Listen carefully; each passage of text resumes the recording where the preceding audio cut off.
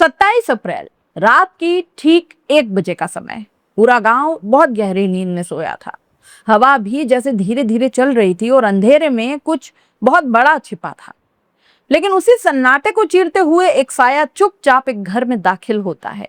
न कोई शोर होता है, न कोई आवाज आती है, और कुछ ही देर में उस घर की सबसे बड़ी खुशियों में से एक हमेशा के लिए गायब हो जाती है। सुबह जब दरवाजा खुलता है तो सिर्फ एक बेटी ही नहीं बल्कि सोना, चांदी और लाखों रुपए भी गायब होते हैं। यानी ये सिर्फ एक अपहरण नहीं, ये था एक प्लान किया हुआ क्राइम, एक सुनियोजित जाल। दोस्तों, पाली के छिबाड़ा इलाके में रहने वाला ये परिवार साधारण, गरीब और अपनी दुनिया में खुश था। लेकिन पिछले 2 सालों से उनकी जिंदगी में एक ऐसा नाम बार बार सामने आ रहा था, बोपा यानी तांत्रिक। परिवार का आरोप है कि ये कोई अकेला इंसान नहीं बल्कि एक पूरा का पूरा संगठित गैंग है। अब ये गैंग क्या करता था? देखिए, पहले घरों की रैकी करता था, खास तौर पर उन घरों को निशाना बनाता था जहां मर्द बाहर नौकरी करते हों और घर में सिर्फ महिलाएं या बेटियां हो। और फिर शुरू होता था असली खेल की। एक महिला जो इस गैंग का हिस्सा बताई जा रही है, वो गांव भर में घूमती रहती और ऐसे घरों में जाकर एक ही बात कहती, तुम्हारे घर पर भूत प्रेत का साया है, किसी का तो कुछ ना कुछ दिक्कत है, तुम्हारी बेटी खतरे में है।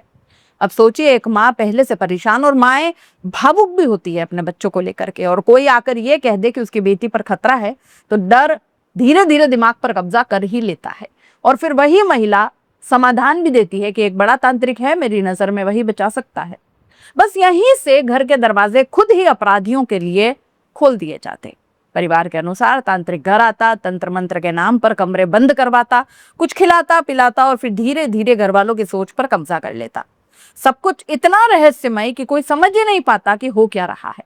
और सबसे खतरनाक बात, सीधा निशाना घर की जवान बेटी।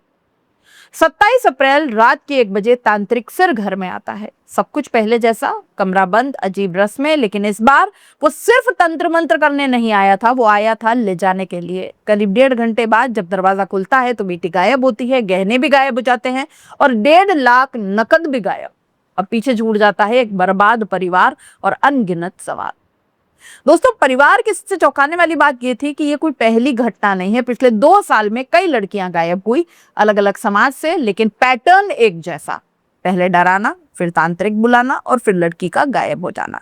कुछ परिवारों ने पैसे देकर मामला दबा दिया, कुछ डर के कारण चुप हो गए और कुछ आज भी अपनी बेटियों का इंतजार कर रहे हैं, उन्हें ढूंढ रहे हैं अपने स्तर पर। जब ये परिवार थाने पहुंचा तो उम्मीद थी कि तुरंत एफआईआर दर्ज होगी, जांच शुरू हो जाएगी त्वरित गति से, लेकिन जो कुछ हुआ वो और भी ज्यादा चौंकाने वाला था।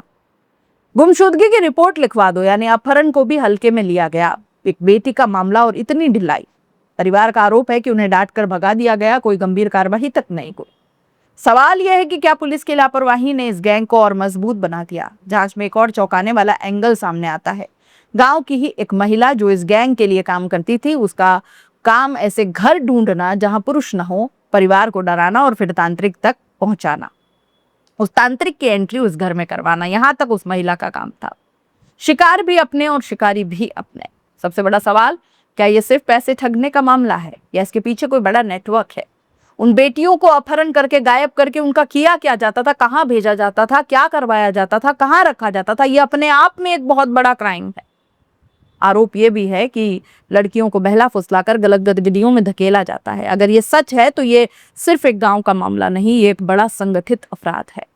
हालात यह है कि परिवार सड़कों पर है, गांव वाले साथ आ गए हैं, एसपी ऑफिस के बाहर धरना दे रहे हैं और एक ही मांग कर रहे हैं कि हमारी बेटी कैसे भी करके वापस लाओ। लेकिन अब तक कोई ठोस कार्रवाई नहीं हुई है। वो बेटी कहाँ है? क्या वो जिंदा भी है? कितनी और बेटियां इस गैंग का शिकार हुई हैं अब तक? और सबसे बड़ा सवाल यह है कि क्या सिस्टम सो रहा है या जानबूझकर चुप है? ये कहानी सिर्फ एक परिवार की नहीं है, ये उस डर की कहानी है जो अंधविश्वास के नाम पर बेचा जा रहा है। ये उस सिस्टम की कहानी है जो समय पर जागा नहीं, और सबसे ज्यादा ये उन बेटियों की कहानी है जो बिना आवाज के कहीं गायब हो गई। तंत्र मंत्र के नाम पर अगर कोई आपके घर में घुस रहा है तो वो रक्षक नहीं हो सकता है, वो सबसे बड़ा शिकारी। सावधान रहिए, सतर्क रहिए और जाते जाते चैनल को लाइक, शेयर और सब्सक्राइब जरूर करें।